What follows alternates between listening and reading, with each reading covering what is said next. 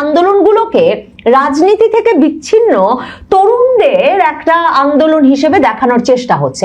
অথচ বাংলাদেশে আমরা এতদিনে সুস্পষ্টভাবে এই যে 2024-এর জুলাই আগস্ট আন্দোলনের নেতৃত্ব দানকারী বিভিন্ন পক্ষের তরফেই জানি যে এই নাহিদ ইসলাম, আক্তার হোসেন, আসিফ মাহমুদ, সজীব ভুইয়া, সার্জিস, হাসনাতদের যেমন এই নেতৃত্ব দানকারী পক্ষের একটা গুরুত্বপূর্ণ অংশকে রীতিমতো সাংগঠনিকভাবে তৈরি করেছিলেন, কৌশল দিয়ে তৈরি করেছিলেন এবং জনবল সরবরাহ করেছিলেন জামায়াতে ইসলামীর নেতৃবৃন্দ। বাংলাদেশের বহুল প্রত্যাশিত এবং বহুল প্রতীক্ষিত সংসদ নির্বাচন অনুষ্ঠানের পর সরকার গঠনের 2 মাসও পেরোতে না পেরোতে, মানে 2 মাসও যখন হয়নি, তখন পৃথিবীর শীর্ষস্থানীয় গণমাধ্যমগুলোর একটি বিবিসি যে এমন একটি বিশ্লেষণ ছাপানোর প্রয়োজন বোধ করলো যে নেপালে সফল হলো, কিন্তু বাংলাদেশে কেন জেনজিদের আন্দোলনটা হোঁচট খেলো, ভেস্তে গেল, এবং বিবিসি যে তার সেই বিশ্লেষণ শেষ করলো এমন একটি ভবিষ্যৎবাণী বা আশঙ্কা দিয়ে যে খুব শিগগিরই বাংলাদেশে হয়তো আবারও তরুণেরা রাজপথে নেমে আসবেন এবং এবার সেই আন্দোলনের নেতৃত্বে থাকবেন জেন জির সঙ্গে সঙ্গে জেন আলফা জেনারেশন, মানে এর পরবর্তী প্রজন্ম এবার এর আন্দোলনে রাজপথে নেমে আসবেন। সেটা খুব খুব তাৎপর্যপূর্ণ বলতেই হয়। মানে বাংলাদেশে যেই সরকার গঠিত হয়েছে সে সরকারকে একেবারে পুরনো আদলের পুরনো সরকার, সংস্কারের জন্য যথেষ্ট নয়, সংস্কার মুখী নয়, পুরনো প্রাচীন রাজনৈতিক শক্তির প্রতিভূ এসব হিসেবে এই বিশ্লেষণে তুলে ধরা হয়েছে। এই বিশ্লেষণে মূল যে তুলনামূলক বিশ্লেষণটা করা হয়েছে আসলে নেপালের জেনজি আন্দোলনের সঙ্গে। 2025-এর সেপ্টেম্বরে সেখানেও জেনজিদের আন্দোলনেই সরকার পতনের ঘটনা ঘটে এবং 6 মাসের মধ্যে নির্বাচনটা অনুষ্ঠিত হয়ে মার্চে যে সরকারটি গঠিত হয়েছে প্রধানমন্ত্রী বলেন্দ্র সার, সেখানে এবং সেই সরকারে এবং নবনির্বাচিত সংসদে তরুণরা বিপুল সংখ্যায় প্রতিনিধিত্ব করছেন। কাজেই বিবিসি বলছে নেপালে পেরেছে, বাংলাদেশে কেন পারেনি, বাংলাদেশে কেন সেই বিএনপি জামায়াতি নেতৃত্বে বা প্রধান মুখ হিসেবে উপস্থিত হয়েছে, এবং বাংলাদেশে তাদের ভাষায় জাতীয় নাগরিক পার্টি যে 6টি আসন পেয়েছে, বিবিসি একে মনে করছে যে অত্যন্ত খারাপ ফলাফল হয়েছে জাতীয় সংসদ নির্বাচনে।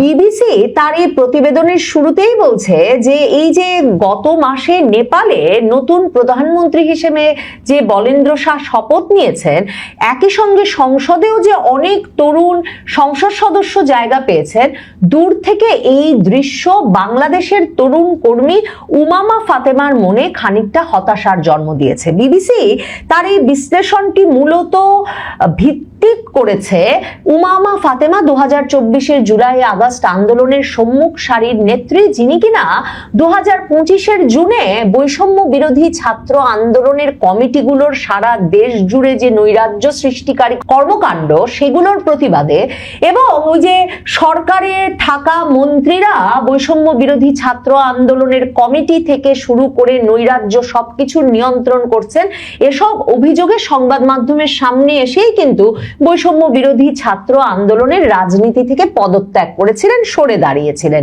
সেই উমামা ফাতেমা বিবিসিকে গিয়ে বলছেন যে উমামা ফাতেমাকে পরিচয় করিয়ে দেওয়া হচ্ছে বিবিসির এই বিশ্লেষণে যে তিনি ছিলেন 2024 সালে বাংলাদেশের রাজপথে নামা হাজার হাজার জেনজি তরুণদের একজন। নেপালের তরুণদের মতো তারাও তীব্র আন্দোলনের মাধ্যমে সরকারের পতন ঘটাতে সক্ষম হয়েছিল, কিন্তু প্রায় 2 বছর পার হয়ে গেল বাংলাদেশের তরুণদের আন্দোলন এখনো উল্লেখযোগ্য রাজনৈতিক ক্ষমতা অর্জন করতে পারেনি। ফেব্রুয়ারিতে হওয়া আন্দোলন পরবর্তী প্রথম নির্বাচনে পুরনো রাজনৈতিক দল বিএনপি ঐতিহাসিক সংখ্যাগরিষ্ঠতা পায়, অন্যদিকে ছাত্র আন্দোলন থেকে গড়ে ওঠা নতুন দল জাতীয় নাগরিক পার্টি খুবই খারাপ ফল করেছে। এরপর তারা নেপালের যে ঘটনা তার সঙ্গে তুলনা শুরু করে। নেপালে 4 বছর আগে গঠিত রাষ্ট্রীয় স্বাধীনতা পার্টি আরএসপি এবার বড় ব্যবধানে জয় পেয়েছে। এই আরএসপিতে গিয়ে কিন্তু বলেন্দ্র শাহ যোগ দেন নেপালের জেনজি আন্দোলনের অনেক নেতৃত্ব দানকারী মুখ। বিবিসির বিশ্লেষণে যে বিষয়টি নিয়ে প্রশ্ন তোলা হয় নাই সেটা হচ্ছে নেপালের তরুণেরা যখন একটা 4 বছর বয়সী দল রাষ্ট্রীয় স্বাধীনতা পার্টিতে গিয়ে যোগ দেয়, বাংলাদেশের তরুণদের দলটা কিন্তু জাতীয় নাগরিক পার্টিটা কিন্তু নির্বাচনের বছর খানেক আগে গঠিত হয়েছে এবং নির্বাচনের বছর খানেক আগে গঠিত হওয়ার পরেই তরুণেরা কিন্তু তখন আবার সরকারেও ছিলেন। মানে যখন তারা নতুন দল গঠন করছেন তখন আবার তাদের প্রতিনিধিরা সরকারেও থেকে গেছেন একেবারে মানে নির্বাচনের আগের প্রায় 18 মাস জুড়ে। কাজেই পরিস্থিতিটা কিন্তু নেপাল থেকে অনেকটাই ভিন্ন এবং মাত্র 1 বছরেরও কম সময়ে গঠিত একটি দল, সেই দলটির নেতৃবৃন্দ যে 6টি আসন পেয়েছে সেটাকে যে বিবিসি একটা খারাপ ফল হিসেবে দেখছে সেটা আসলে খুব যুক্তিসঙ্গত বলে আমার কাছে মনে হয় না। বরং বিবিসির হয়তো প্রশ্ন তোলা দরকার ছিল যে আওয়ামী লীগের মতো একটা শক্তিশালী দল যদি নির্বাচনে অনুপস্থিত না থাকতো, নির্বাচনে যদি তাদেরকে অংশগ্রহণে বাধাগ্রস্ত করা না হতো, তাহলে কি সত্যি জাতীয় নাগরিক পার্টি তরুণেরা এই 6টি আসনও পেত?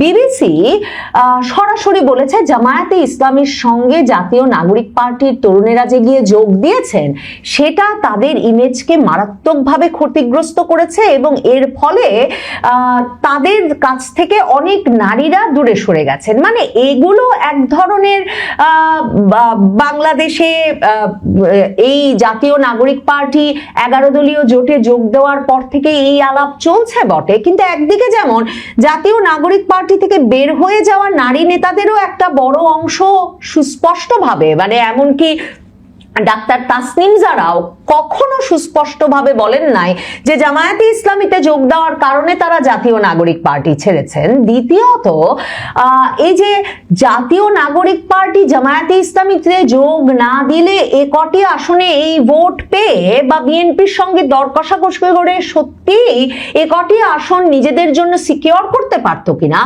মানে সেই প্রশ্নটাও কিন্তু তোলা দরকার। কারণ সত্যি কি জাতীয় নাগরিক পার্টির 6 জন নেতার সংসদ সদস্য হওয়ার মতো সংসদীয় এলাকায় পরিচিতি, কাজ বা প্রভাব ছিল যদি তারা জামায়াতে ইসলামীর সমর্থন না নিত? কিন্তু বাংলাদেশের সংবাদ মাধ্যম সহ সুশীল সমাজের একটি অংশের ভেতর যে এক রকমের হতাশা এবং ক্ষোভের জন্ম হয়েছিল জাতীয় নাগরিক পার্টির নেতারা গিয়ে জামায়াতে ইসলামীতে যোগ দেওয়ায়, বিবিসি তার বিশ্লেষণে সেটা থেকেই এক রকমের ধারণা নিয়ে সম্ভবত সরাসরি বলেছে যে সেটাই ক্ষতিগ্রস্ত করেছে এবং এ কারণে জাতীয় নাগরিক পার্টি নির্বাচনে আরো কোণঠাসা হয়ে পড়েছে।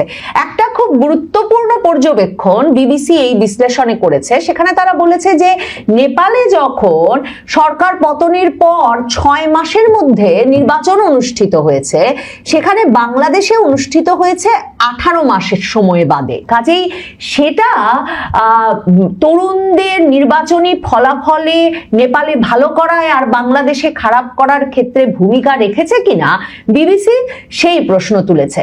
বিবিসি বলেছে যে দক্ষিণ এশিয়ায় রাজনৈতিক দল সংগঠিত করা সহজ কাজ নয়, তেমনি সহজ নয় নতুন দল নিয়ে নির্বাচনে বা রাজনীতিতে গুরুত্বপূর্ণ জায়গা বা অবস্থান গড়ে নেওয়া, এবং সে কারণেই নেপালে এই তরুণেরা গিয়ে 4 বছরের পুরনো দল আরএসপিতে দলে দলে যোগ দিয়েছিলেন এবং সেখান থেকেই নির্বাচন করেন এবং সেই দলে বলেন্দ্র শাহ গিয়ে যোগ দেওয়ার ফলে সেটা একটা বড় ভূমিকা রাখে। কিন্তু বিবিসি বলছে যে দক্ষিণ এশিয়ার সামাজিক কাঠামো, বয়সভিত্তিক শ্রদ্ধাবোধ এবং লিঙ্গ বৈষম্য অনেক সময় তরুণ আন্দোলনের সাফল্যের পথে বাধা হয়ে দাঁড়ায়। এক্ষেত্রে নেপাল একটা ভালো উদাহরণ, কারণ নেপালে আমরা জানি সরকারে এবং সংসদে নারীদের প্রতিনিধিত্ব সারা বিশ্বজুড়ে প্রশংসিত হচ্ছে জেনজি আন্দোলনের পর এই নির্বাচনে। কিন্তু বাংলাদেশে উমামা ফাতেমা সহ নারীরা সেই 2024 আগস্টের পর থেকেই বলতে শুরু করেন যে তারা আসলে ওই আন্দোলনের নেতৃত্ব স্থানীয় পুরুষদের কাছ থেকে বা তরুণদের কাছ থেকে এক রকমের কোণঠাসা হয়ে পড়ছেন এবং কোথাও তারা তাদের জায়গাটা করে নিতে পারছেন না। বিবিসি বলছে বাংলাদেশের ক্ষেত্রে কিছু গুরুত্বপূর্ণ বিষয় অনুপস্থিত ছিল বলে বিশ্লেষকদের ধারণা। জেনজি আন্দোলনের আগে বহু বছর ধরে আওয়ামী লীগ রাজনীতিতে প্রভাবশালী ছিল, ফলে বিএনপি ও জামায়াতে ইসলামী নিজেদেরকে ক্ষতিগ্রস্ত পক্ষ হিসেবে তুলে ধরতে পেরেছিল। এই দলগুলো নিজেদেরকে সংস্কারপন্থী হিসেবে উপস্থাপন করে এবং তরুণ আন্দোলনের সঙ্গে ঘনিষ্ঠ সম্পর্ক তৈরি করে, ফলে তারা আন্দোলনের শক্তিকে নিজেদের পক্ষে ব্যবহার করতে সক্ষম হয়। মানে এই যে বিবিসির যে বয়ানটা, সেটাতে এই যে পশ্চিমা যে ন্যারেটিভটা, সেখানে দেখেন এই আন্দোলনগুলোকে রাজনীতি থেকে বিচ্ছিন্ন তরুণদের একটা আন্দোলন হিসেবে দেখানোর চেষ্টা হচ্ছে। অথচ বাংলাদেশে আমরা এতদিনে সুস্পষ্টভাবে এই যে 2024-এর জুলাই আগস্ট আন্দোলনের নেতৃত্ব দানকারী বিভিন্ন পক্ষের তরফেই জানি যে এই নাহিদ ইসলাম, আক্তার হোসেন, আসিফ মাহমুদ, সজীব ভুইয়া, সার্জিস, হাসনাতদের যেমন এই নেতৃত্ব দানকারী পক্ষের একটা গুরুত্বপূর্ণ অংশকে রীতিমতো সাংগঠনিকভাবে তৈরি করেছিলেন, কৌশল দিয়ে তৈরি করেছিলেন এবং জনবল সরবরাহ করেছিলেন জামায়াতে ইসলামীর নেতৃবৃন্দ, এবং জামায়াতে ইসলামী ছাত্র শিবিরের নেতৃবৃন্দ এই কথাটা 2024-এর আগস্টের পর থেকে বারবার বলে এসেছেন। অন্যদিকে বিএনপি যদি সত্যি মানে পুরো আওয়ামী লীগ আমল জুড়ে আওয়ামী লীগ বিরোধী আন্দোলন রাজপথে করে না যেত, তাহলে এই আন্দোলনটা 2024-এর জুলাই আগস্টে এমন মোমেন্টাম পেত কিনা সে প্রশ্নও কিন্তু রয়েছে। এই তরুণদের রাজনৈতিক পরিচয় বাংলাদেশে কিন্তু 18 মাসে ভীষণভাবে সুস্পষ্ট হয়েছে, এবং সেই রাজনৈতিক পরিচয় মাথায় রাখলে তাদের সঙ্গে জামায়াতে ইসলামীর মিলে নির্বাচনে যোগ দেওয়ার বিষয়টা এই যে বিবিসির কাছে যেমন বিস্ময়কর এবং হতাশাজনক, এবং তাতেই ভোট কমে গেছে বলে তাদের যে বিশ্লেষণ, সেখানে গিয়ে ঠেকবার কোনো উপায় থাকে না। বিবিসি বলছে, উমামা ফাতেমা বলছেন যে অনেক ক্ষেত্রেই নতুন সরকারও পুরনো সরকারের মতোই কর্মসূচি অনুসরণ করছে। তরুণদের চাকরি এবং অর্থনৈতিক সুযোগ বাড়ানো জরুরি, কারণ তরুণেরা নাকি এখন যেসব তরুণেরা দেশে থাকতে চাইতো তারাও এখন আর সেভাবে ভাবছে না, সকলেই বিদেশমুখী হয়ে পড়েছে, কারণ তরুণেরা নিজেদের ভবিষ্যৎ দেশে দেখতে পাচ্ছে না, তাহলে তারা রাজনীতিতে জায়গা খুঁজে পাবে কিভাবে? বিবিসি বলছে, বাংলাদেশেও যদি গণভোটের সিদ্ধান্ত বাস্তবায়ন না হয় তাহলে আবার আন্দোলনে নামার সতর্কতা দিয়েছেন জাতীয় নাগরিক পার্টির নেতা রাহাত হোসেন। তিনি বলেছেন, প্রয়োজনে আমরা আবার রাজপথে নামবো, এবার তারা একা নাও থাকতে পারেন। সেই কথা বলে সতর্ক করে বিবিসি বলছে যে উমামা ফাতেমা তাদের বলেছেন যে এবার যদি আন্দোলন হয় তাহলে তাদের সঙ্গে তাদের চেয়ে 10 বছর কম বয়সীরা নামবেন এবং তারা হবেন জেন আলফার প্রতিনিধি। কাজেই বিবিসি পশ্চিমা গণমাধ্যমের এই শীর্ষস্থানীয় প্রতিভূ বলছে, বাংলাদেশে জেনজি আন্দোলন যেহেতু ভেস্তে গেছে, খুব শিগগিরই আসছে জেন আলফার আন্দোলন, কারণ তরুণেরা এখনো বাংলাদেশের ক্ষমতার কেন্দ্রে অধিষ্ঠিত হতে পারেনি। আসসালামু আলাইকুম। আওয়ামী লীগবিহীন বাংলাদেশে একটা অদ্ভুত রকমের সিচুয়েশন তৈরি হয়েছে। একদিকে জেনজি নামে যারা দাবি করে, মূলত তারা সত্যিকার অর্থে বাংলাদেশের যে জেনজি শক্তি সেইটার প্রতিনিধিত্ব কিনা এটা নিয়ে অনেক প্রশ্ন রয়েছে, কিন্তু যারা নিজেদেরকে দাবি করে, ওই যে এনসিপি, ইনকিলাব মঞ্চ, কি জুলাই ঐক্য, আরো কিশোর এখন ভুইফুট সংগঠন বেরিয়েছে না জুলাই নাম দিয়ে, সেই সংগঠনগুলো নিজেদেরকে যে জেনজি দাবি করে, এই জেনজি আসলে বাংলাদেশের অরিজিনাল জেনজি তরুণ প্রজন্মের যেই রূপ রিপ্রেজেন্টেশন সেইটা কিনা এটা বলা একটু মুশকিল। কিন্তু এই জেনজি যারা মানে বাংলাদেশে যারা এই সাইনবোর্ডটা ব্যবহার করে, তারা হুমকি দিচ্ছে ডিপ স্টেটের। ডিপ স্টেট হাদিকে মেরে ফেলেছে। ডিপ স্টেট 29 সাল পর্যন্ত এদেরকে থাকতে বলেছিল ক্ষমতায়, মানে আমরা চাইলে ডিপ স্টেট আমাদেরকে সমর্থন দিত বা এখনো দেয়, এরকম একটা ভাব। আর এর বাইরে যারা নিজেদেরকে জেনজি দাবি করে না, সবসময় নিয়মিত রাজনৈতিক শক্তি হিসেবে দাবি করে, সেটা হচ্ছে বিএনপি। বিএনপি এখন জুজু দেখাচ্ছে জেনজি আবার একটা অভ্যুত্থান হতে পারে। এটার ভিতরে অন্য কাহিনী নিহিত আছে, এটা আমি আপনাদেরকে বলছি, তবে কার কথা ধরে এই আলোচনা সেটা একটু আপনারা শুনে নেন।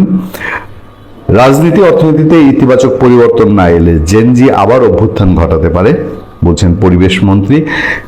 মিনিস্ট্রিটা একটু ছোট মনে হয় অনেকের কাছে, কিন্তু ওই মিনিস্ট্রি অনেক বড় মন্ত্রী তিনি। আব্দুল্লাহ আল মিন্টু অনেক বড় নিশ্চয়ই খেলোয়াড়।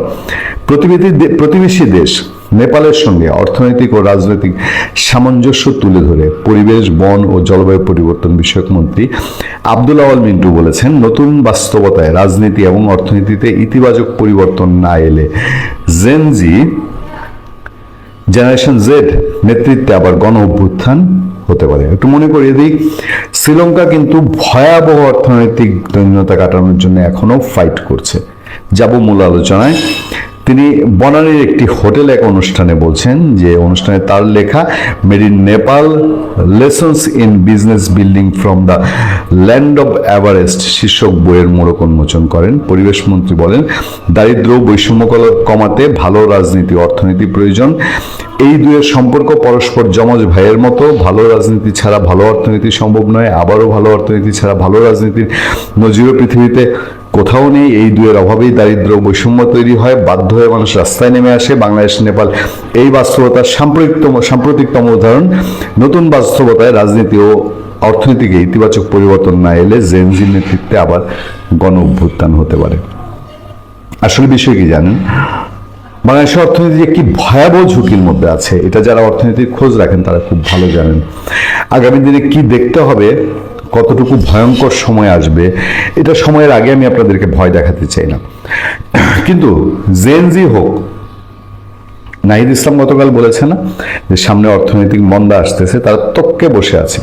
এই যে জেনজি প্রলেপটা গায়ে দিয়ে একটা আবার 5 আগস্ট টাইপের কিছু একটা করা, এবং তাতে কিছু মানুষ জেনজি না, জামাতের বয়স্ক মানুষ আছেন বা বিএনপির মধ্যেও জামাতের অনুসারী আছেন, এই টাইপের মানুষরা এই জেনজিকে ব্যবহার ইউনূস আমলে যেরকম করেছে, জেনজির সাইনবোর্ডটা ব্যবহার করে তারা নিজেরা ফুলে ফেপে একটা একেবারে পুরো রাঘব বল হয়েছে। সেই রকম আরেকটি দিক, এবং তারেক রহমান সরকার কি হবে তার পরিণতিটা ডিপেন্ড করবে তার কর্মের উপরে।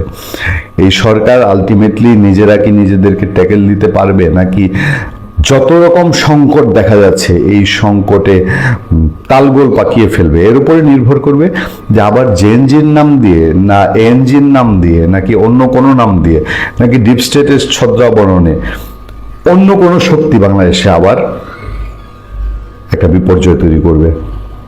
ভালো থাকবেন, সুস্থ থাকবেন। আপনাদের সাথে আমি আতিক রহমান, পূর্ণিয়া।